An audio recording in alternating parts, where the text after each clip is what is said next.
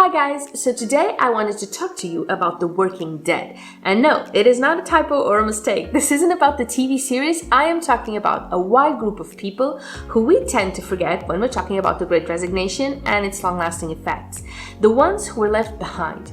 And we will talk about what is going on, and before I'm done, I will also tell you about the things they can do to improve their situation, so stick around, okay? But first things first, for those of you who have never heard of the Great Resignation, let's see if I can quickly sum up what it's all about.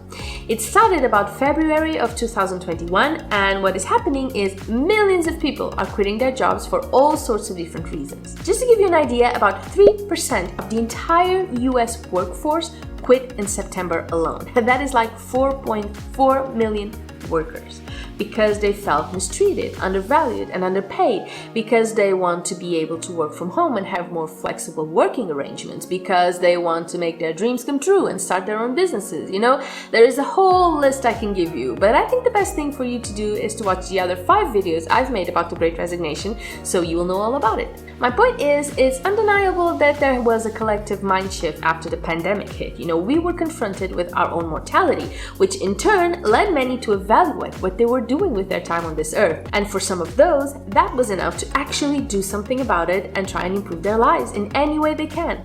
But not for everyone. You see, there is a large group of people, the majority of the workforce actually, who didn't do it, who didn't quit, who were left behind to hold down the fort when so many of their co-workers jumped ship.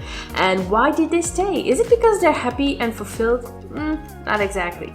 And while everyone is talking about the quitters, no one seems to think of the remainers. I know I'm guilty of that too. Well, I was, until I saw this great article on Forbes, and they were actually the ones who coined the expression "the working dead," and they talked about 2 studies that surveyed thousands of people to try and figure out what is going on with the unhappy, unmotivated remainers. And the thing is, this is more than just mere statistics. Businesses need to pay very close attention to what's happening with their workers, not only the reasons why the quitters left, but also how to motivate and keep the ones who stay. And as these studies show, it seems like they've got their work cut out for them. Because as it turns out, the remainers didn't stay out of satisfaction. They stayed out of lack of hope. Hopeless, aimless, and dispirited. That's how 1 in 3 US workers gets through the day. Is how Perceptic starts its report. Eerie, right? But it doesn't start there. Let's look at the stats, because you know how much I love the stats, right? So, 13% of all surveyed employees said they were in burnout, angry, and thinking of leaving because their needs aren't being met. 34% said that just one of their needs was being met, but barely, which left them unhappy and unmotivated and also likely to leave. Overall, only 18% of those surveyed felt accomplished at work. The rest were discontent, and yet, shockingly, 70% plan to stay on for at least another year. Considering these numbers, the rest shouldn't surprise us. These disconnected, unhappy workers are 71 times less likely to feel pride and commitment towards their organization and their tasks. They feel hopeless, frustrated, and are 33% less optimistic about the future of the company they work for. They are 6 times less likely to feel a sense of personal accomplishment in their work, and 50 times more likely to struggle with understanding the expectations that comes with their role, their department, or the organization they work for. Only 25% have stated that they would be willing to put an extra effort into their work, and 23% said they wouldn't be available to contribute anything extra to their organization. They are simply going through the motions, completely numb and disengaged. And that indifference also means that they are 33% less likely to recommend their organization's products or services, and only 1/3 stated that they would report any safety issues that came across. The damage this alone can cause a company is huge. So, I guess the question on everyone's mind, the one that was on my mind when I read this, is why do they stay?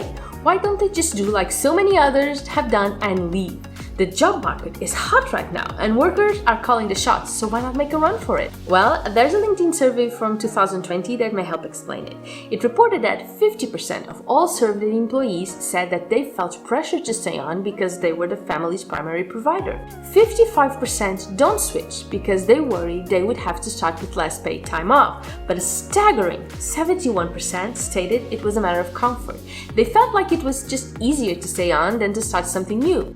I guess it's just a case of better the devil you know, right? I would definitely add lack of skills and age to these reasons. People feel like they aren't qualified enough to change or that they're too old to do it. Does this make any sense to you? Are you one of the many who stayed on while your co-workers left? If so, can you leave me a comment below letting me know your reasons? I would love to hear from you.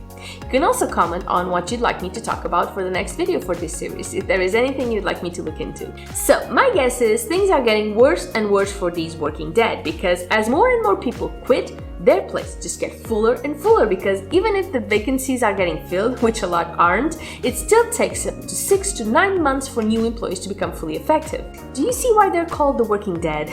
They are getting buried by responsibilities, going through the motions like they're doing some kind of life sentence, living from weekend to weekend, from holiday to holiday, on a never-ending countdown until the day they retire and that society is paid. This is no way to live. Now, before we move on, let me just remind you real quick to give this video a thumbs up if you're enjoying it, of course. Also, if you don't want to miss the next video for this series, or if you're looking for tips on how to live your best life, subscribe to my channel. I publish new content twice a week, plus my inspirational shorts. Now, the Society of Human Resource Management developed the second study I mentioned earlier, and it has concluded that 52% of those who stayed on took on more responsibilities. Well, duh. And that 93% of all US executives surveyed said that they have had unfulfilled openings for the last 6 months, and 84% claim openings are going unfulfilled for longer than before. So things shouldn't get any easier for the remainers anytime soon. 30% of all surveyed workers also said they're struggling to get all their work done, and 55% question if they are being paid enough considering how much they have to do. Sounds like lots of these remainers are about to become quitters. If you think about it, it is kind of a vicious circle. Workers leave and their work gets dumped on the workers who remain, making it impossible for them to be happy with their work life and making them want to leave too. And once they do, the ones who remain get buried with more work, and so on and so on. Now, according to the same study, 41% of all US workers are actively planning to change jobs within the next few months, a number that has increased since the pandemic struck, because over 2/3 have only started to consider it since it happened. And who can blame them? This study also provided us with the top 3 reasons why workers are wanting to make that change. 53% are looking for better compensation, 42% for better work-life balance, and 36% for better benefits. Things are looking really bad for businesses everywhere, and it will only tend to get worse. Let's consider the snowball effect of all of this, shall we? First, we all know that the best employees are the first to leave. In a hot job market such as this, companies are falling over each other to get the best people. That alone seriously compromises work quality. And as employees watch the senior level workers go, they start to think that maybe they should go too, After all, the captains are all jumping ship, right? Then, as those workers go, the people they work with start feeling not only overwhelmed, as I've mentioned, but also lonely and depressed, because work friendships and relationships are a big factor in employee happiness and loyalty, and that's out the window, right? Also, as openings remain unfulfilled, workers start to wonder if that's happening because the organization is struggling with financial difficulties and start thinking of going too before it's too late. And if, while all of this is happening, management is just ignoring it and just hoping it will go away instead of communicating with the workers that are still there, disaster is sure to follow. Leaders need to address this problem head on, and they need to do it now. And the same study shows they're actually trying. Nearly 60% of companies are offering higher starting salaries and wages than last year. 42% of all surveyed HR professionals stated that their organizations have implemented new or additional remote work or flexibility options to reduce turnover, and 32% increased employee referral bonuses, and 28% introduced new or additional merit increases. Encouraging, but will it be enough? Meanwhile, here's what the remainers, the workers who stayed, can do to improve their situation. And if you are one of them, this is for you. First and foremost, you need to ask for help. Make your needs known to management and rally with your coworkers to support one another in this trying time. This is no time to be the lonely hero, There needs to be a cohesive team in place that will support each other and, of course, let management know when it's all too much. Remember, they are also part of the team, and they are the ones who can actually make stuff happen. Next, keep in mind that now is the perfect time to negotiate with your boss. Because here's the thing, if you're one of the people who think they are being underpaid for the amount of work they've got on their plates, then odds are you are being underpaid. And the 2 ways you can sort that situation out is to either quit or ask for more money. And the same goes for better benefits, more flexibility or perks, whatever you feel would make you happier to stay on. But before you go into that office to start negotiating, you need to do two things first.